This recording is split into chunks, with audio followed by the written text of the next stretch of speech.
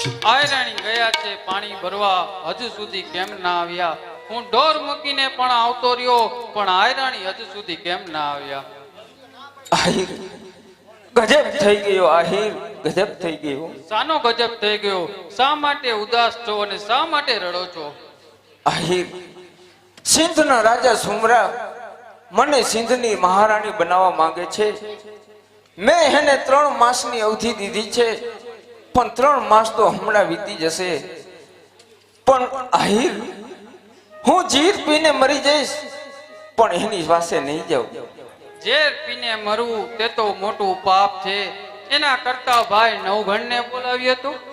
હાઓ આહિર, લાવો કાગળ અને લાવો પેન, હું ચિઠ્ઠી લખી દઉં. લ્યો આ કાગળ અને પેન.